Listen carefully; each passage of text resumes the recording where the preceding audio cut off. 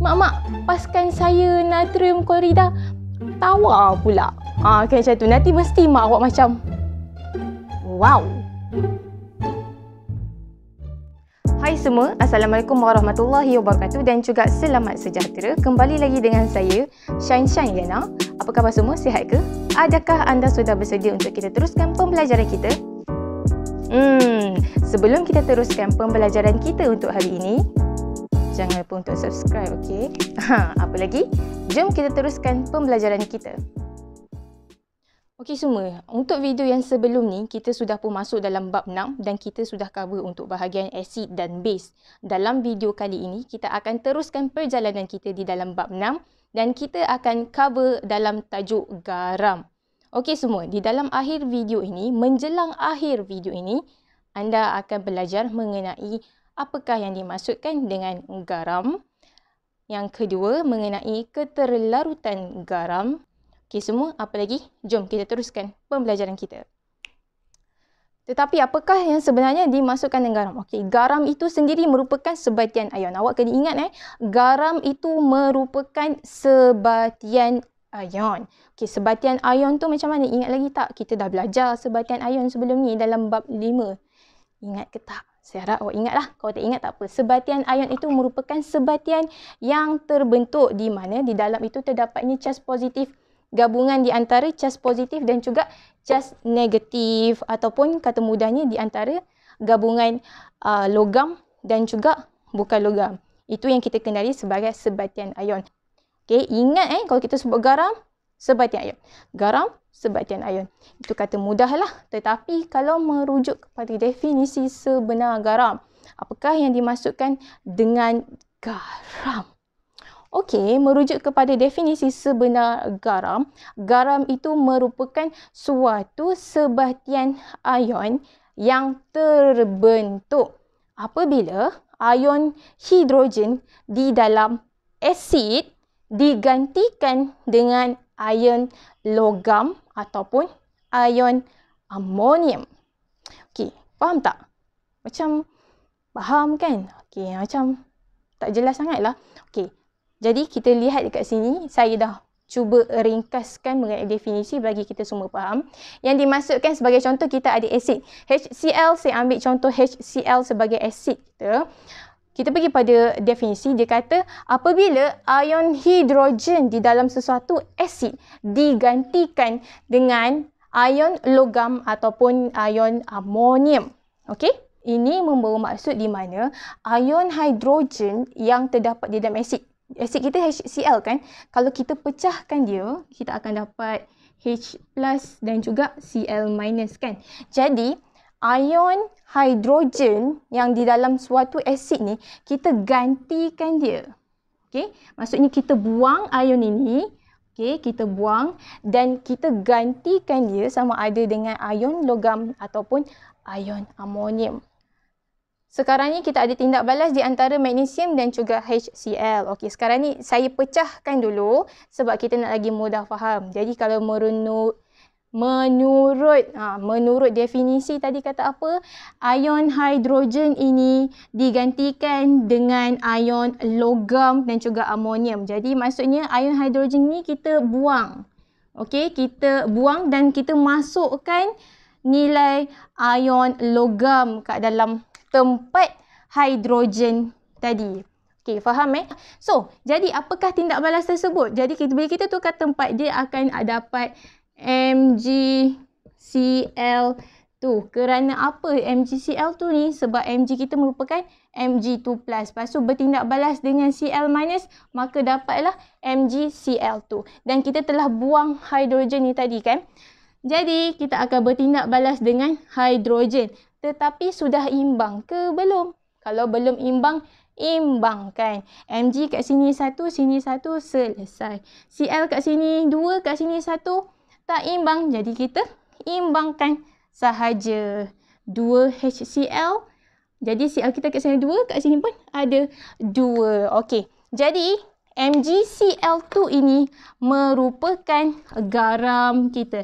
Inilah yang dimaksudkan dengan garam. Di mana ion hidrogen di dalam suatu asid digantikan dengan ion logam ataupun ion amonium, maka terbentuklah garam. Itulah yang dimasukkan dengan garam. So, faham? Okey, sekarang ni kita akan masuk ke bahagian yang kedua di dalam pembelajaran kita, iaitu mengenai keterlarutan garam. Okey, di dalam keterlarutan garam kita ada dua jenis, yang larut di dalam air dan juga yang tidak larut di dalam air. Okey, yang larut di dalam air tu macam mana? Sebagai contoh, mak awak nak minum kopi. Kan, mak awak minum kopi. Sekali cakap, Kak Long buatkan mak kopi. Kan, lepas tu awak pergilah dapur. Awak pergi dapur, awak isi kopi, awak isi gula. Lepas tu awak letak air, awak kacau. Gula di dalam tu hancur ke tidak? Hancur. Maksudnya dia dissolve di dalam air. Itu yang dimasukkan dengan larut di dalam air. Kalau tak larut di dalam air, awak kacau lah macam mana pun, 10 kali kacau, 20 kali kacau, macam tu jugalah keadaan dia. Itu yang dimasukkan dengan tak larut di dalam air. Okey, sekarang ini mari kita pergi ke bahagian keterlarutan. Seperti yang kita tahu tadi, okey, garam itu merupakan sebatian ion. Jadi, sebatian ion tu merupakan di antara sebatian kation dan anion. Okey, sebatian kation dan anion, maka terhasillah garam. Itu kata mudah yang kita belajar tadilah, bahagian yang pertama. Okey, untuk penentuan garam kita fokuskan lebih kat bahagian anion. Okey, di dalam anion yang kita perlu fokuskan untuk garam ada 4 jenis 1, 2, 3 dan 4. Yang pertama merupakan NO3 nitrat, yang kedua merupakan sulfat, klorat dan juga karbonat. Okey, itu merupakan 4 jenis anion yang kita perlu fokuskan di dalam garam. Kenapa kita perlu fokuskan anion ni? Sebab bahagian anion ni lah yang menentukan sama ada ia garam larut ataupun garam tak larut. Okey, faham? Okey, jadi mari kita lihat bahagian larut dan juga tak larut.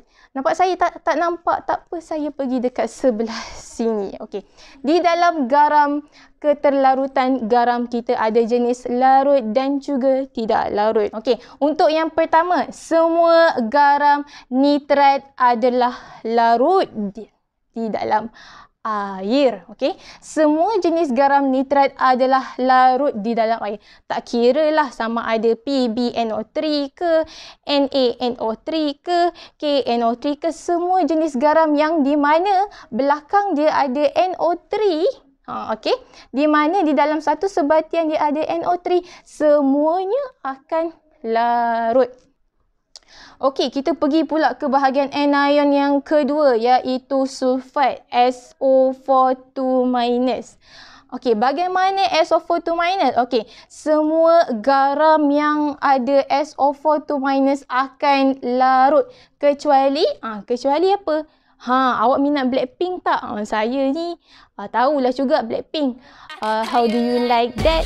Kan macam tu. Blackpink tu cantik tak? Cantik. Okey, jadi semua garam sulfat larut di dalam air kecuali Blackpink cantik. Blackpink cantik sahaja yang tak larut di dalam air.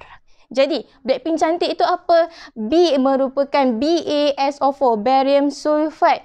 PbSO4 juga tak larut di dalam air.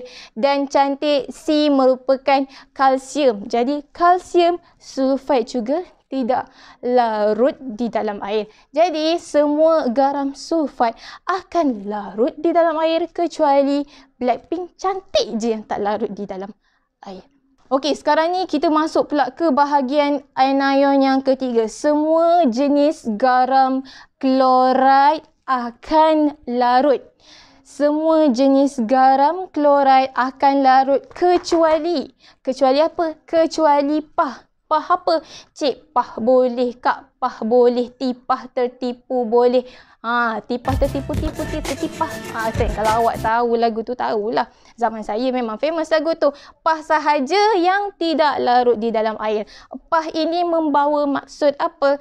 Pah ini membawa maksud P merupakan Pb. PbCl tu tidak larut. A membawa maksud apa? AgCl tidak larut. H membawa maksud apa? H membawa maksud HgCl juga tidak larut. Jadi semua garam klorid akan larut kecuali 3 jenis ini sahaja. Ingat ya? Bagaimana pula dengan anion yang ketiga, garam kita yang ketiga? Okey, garam kita yang ketiga merupakan garam karbonat. Kalau garam karbonat macam mana? Dia terbalik. Kalau untuk garam sulfat dan juga garam klorid, semua larut kecuali Blackpink cantik untuk sulfat dan juga Cik Pah untuk klorid. Kalau untuk karbonat, semua garam karbonat tak larut. Okey, semua garam karbonat tak larut kecuali garam anak. Okey, kecuali garam anak. Garam anak tu apa? Garam yang ada amonium, natrium dan juga potasium. Jadi semua garam karbonat tidak larut kecuali yang mengandungi anak. Anak tu apa? Amonium, natrium dan juga potasium. Okey, dan lagi satu info. Apa-apa garam yang terdapatnya anak yang seperti ini, anak. Okey? Anak ni membawa masuk apa? Amonium. Amonium, natrium dan juga potasium. Anak, ingat ya? Apa-apa yang terdapatnya anak. Anak ni merupakan amonium, natrium dan juga potasium. Ianya akan larut di dalam air. Sebab itu kalau kita tengok balik karbonat, dia kata apa? Karbonat ni dia sebenarnya tak larut. Garam karbonat tidak akan larut. Tetapi adanya ion anak ni iaitu amonium, natrium dan juga potasium, itulah yang menyebabkan dia menjadi larut. Faham ya? Okey, sekarang ni cuba kita recapkan balik dengan cara yang mudah. Di dalam keterlarutan garam, seperti yang kita tahu, garam itu merupakan kation dan juga anion. Tetapi untuk garam kita ada 4 jenis garam, iaitu sama ada garam nitrat, sulfat, klorid ataupun karbonat. Okey, untuk larut dan tak larut, semua garam nitrat larut di dalam air. Ingat, semua garam sulfat larut di dalam air kecuali Blackpink cantik. Okey, semua garam klorida akan larut di dalam air kecuali Cik Pah, Kak Pah, Tipah, tertipu. Apa-apa Pah tak akan larut di dalam air. Untuk garam keempat ni, awak kena ingat yang kita punya formula first tadi. Apa-apa yang ada kation anak, amonium, natrium dan juga potasium, dia akan larut, kan? Dia akan larut.